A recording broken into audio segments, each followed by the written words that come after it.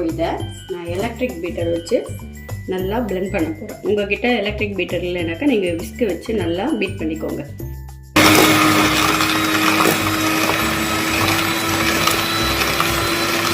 Eternity later இது ஒரு வழியாக வந்து உருகி கரைஞ்சி பீட் ஆகி ஒரு மாதிரி ஆயிடுச்சு கைஸ். ஒரு அரை மணி நேரமாக இது கூட எங்கள் அம்மா அக்கப்போர் நடத்திக்கிட்டு இருந்தாங்க. பேசாமல் நீங்கள் என்ன பண்ணுறீங்கன்னா மிக்சியில் ஊற்றி எல்லாத்தையும் ஒரு அடி அடிச்சிருங்க.